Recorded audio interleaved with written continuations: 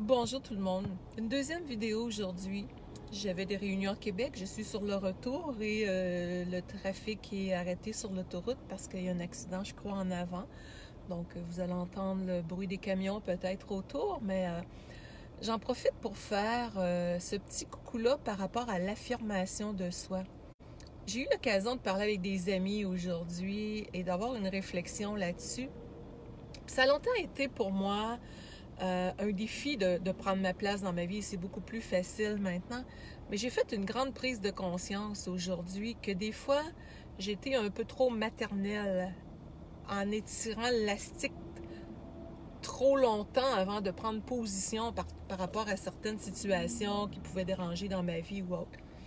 Et puis, je parle avec un ami aujourd'hui qui me fait prendre conscience de ça, comment est-ce que des fois je suis trop bonne. Est-ce que ça vous arrive, de vous autres, de dire des fois « assez, c'est assez, mais j'endure encore » et ça se perpétue. Donc, je me retrouve avec une situation justement où j'avais besoin de mettre mon pied à terre par rapport à une situation, professionnellement parlant. Et ça les tirait tout le temps. Vous savez, des fois, quand on arrive, je vous ai parlé un peu des fois ce matin de un service à la clientèle dans une entreprise, comment est-ce que c'est important et tout ça. Et j'ai eu à vivre une situation avec des personnes que c'est des gens très gentils, mais que le service à la clientèle, on repassera, là. Et j'étirais, j'avais quelque chose qui m'est dû dans tout ça, puis ça arrive pas, puis ça arrive pas. Et je me dis, dans ma vie, ça m'est déjà arrivé d'attirer des gens manipulateurs sur le plan personnel. Mais de faire le lien, puis je ne suis pas en train de dire que ces gens sont manipulateurs ou autres, là, mais que ce soit des gens manipulateurs, que ce soit des gens qu'on ne prend pas notre place, qu'on ne met pas nos limites, on n'avance pas comme on voudrait. On ne met pas notre pied à terre et on est inconfortable. Donc, quand j'ai pris conscience de ça aujourd'hui, j'ai vraiment pris le temps de faire un message vocal aux personnes concernées et j'ai vraiment mis mon pied à terre, avec un ton qui était beaucoup plus ferme, avec une détermination à ce que les choses se règlent en harmonie, mais dans le respect de moi. Et plus qu'on est bon, des fois, on donne la chance, peu importe dans nos situations X, aux autres de dire « Ah, ben gars, je vais faire d'autres dossiers. Ah, cette personne-là, elle parle pas. C'est pas elle qui va crier le plus fort ou autre. » Maintenant, c'est assez.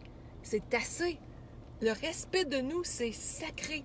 Et tant que c'est pas positionné en dedans de soi, il va se passer quoi? Des gens vont manger leurs émotions, il va y avoir du stress, il va y avoir des tristesses, il va y avoir des inconforts, il va y avoir toutes sortes de choses en dedans. Et ces émotions-là, plus lourdes, font quoi? Bien, vont faire en sorte que c'est notre santé, c'est notre bien-être qui tout ça. C'était pas mon cas, là, mais j'avais un inconfort, oui, qui était là. Mais en dedans, je me suis dit, qu'est-ce que j'apprends de cette situation-là? Eh bien, positionne-toi, ma fille. Arrête d'être la mère de personnes qui, des fois, peuvent manquer d'engagement ou parce qu'elles sont débordées, n'arrivent pas à faire des suivis clients qui sont pour moi des bases élémentaires. Parce que toute entreprise qui veut, en passant, croître, rayonner, notre client, comme vous êtes avec moi pour plusieurs, c'est précieux. On a besoin d'une relation humaine harmonieuse, sincère, de cœur, respectueuse. Si c'est pas là, aussi bien de ne pas avoir d'entreprise. Donc, j'ai vécu une situation où est-ce que ce n'était pas totalement là. Et pour moi, j'ai plus le goût de ça dans ma vie. C'est fluide ou ce ne sera pas. Donc, remettre son pied à terre, c'est dire « Hey, ce qui se passe là, le manque de respect que je vis, ça suffit. Moi, je n'accepte pas ça. On se positionne comment? C'est ça? Ou sinon, on fait quoi? » Donc, tant que c'est pas placé en dedans de soi, on reste un peu plus comme une feuille au vent des fois. Donc, c'est là l'importance d'avoir des réflexions profondes sur soi, de parler avec des gens qui peuvent être dans le même domaine que soi pour avoir comme un cerveau collectif, s'inspirer aussi. Et on n'est pas en colère contre les autres. Wow. On revient dans notre essence la plus lumineuse, la plus bienveillante, la plus profonde, mais sans se manquer de respect soi-même, en s'en laissant manquer. Et dans les vibrations, si on s'affirme avec plus d'intensité et de respect, ça fait quoi? On l'engendre. Donc, on a beau être, peu importe dans nos métiers respectifs, en possession de notre matière, d'avoir une expérience, mais on n'arrête jamais d'apprendre. Et aujourd'hui, c'est quelque chose que moi, j'ai appris à travers ces amis-là, et dont un bon sage que j'ai l'occasion de côtoyer, un monsieur qui est dans le domaine du mieux-être et de la relation d'aide depuis tant d'années, qui est un grand ami et qui a vu mouiller avant aujourd'hui, comme on dit. Et c'est lui qui m'a aidé. C'est un monsieur, quand on parle de soins énergétiques, entre autres, c'est un monsieur que, quand je fais mon entretien énergétique, tu sais, on va dire, on change nos véhicules d'huile, bien, au niveau de notre plan énergétique, c'est beau l'alimentation, bouger, les bonnes pensées, mais on a un volet énergétique. Donc, pour moi, ça fait depuis 30-35 ans que je suis consciente de tout ça et que je prends soin de moi à ce niveau-là, parce que ça garde la vitalité optimisée, ça l'aide au niveau de la fluidité de notre vie. Et j'avais justement ce cadeau-là que je me faisais à Québec aujourd'hui. Et c'est là que ça l'a ressorti.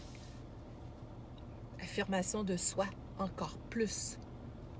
Pas trop bonne, la fille, tout le temps. C'est beau l'amour, la douceur, comme je vous disais, mais mettre nos limites, c'est de l'amour de soi. Et d'oser être ferme, c'est de l'amour de soi. Au lieu de dire, bon, mais OK, c'est pas encore là. Quelque chose qui vous serait dû, par exemple, ou autre, une promesse qui vous est faite puis que c'est pas respecté. Non, ça suffit. On passe à l'action, on règle ça, on trouve une solution. Sinon, on fait quoi? C'est quoi la prochaine étape? Donc, vous sentez que le ton n'est pas le même. Je ne suis pas fâchée, mais je fais juste aller chercher le signal en dedans de se positionner dans le respect de soi, dans notre puissance intérieure qui fait que des situations comme ça, on va en avoir de moins en moins. Donc, je me dis, qu'est-ce que ça nous apprend sur soi-même quand ça arrive? On intègre la leçon, le message, et après ça, on passe à autre chose en réglant le problème. Donc, j'aimerais ça vous lire. Merci aux personnes qui ont commenté. Et je vous invite à partager la vidéo si ça fait sens pour vous. Je ne sais pas pour combien de temps je serai arrêtée ici, mais en tout cas, ça m'a permis de passer un peu de temps avec vous autres. Alors, je referme ça et on se dit à très bientôt. Et pour plus de ressources, lynnebolduc.com, dans la section blog, vous avez plein de chroniques gratuites, de vidéos, de cadeaux à télécharger. Vous avez aussi, dans la section formation en ligne, plein de ressources, autant sur le poids santé, l'anxiété. Vous avez des choses sur comment aimer sans se perdre, comment s'aligner dans votre vie pour avoir les objectifs qui se réalisent de plus en plus à tous les niveaux, personnel, professionnel, l'écoute de vos besoins. Vous avez des ressources ultimes sur lynnebolduc.com, donc je vous invite à en profiter. Alors, bye bye, au plaisir.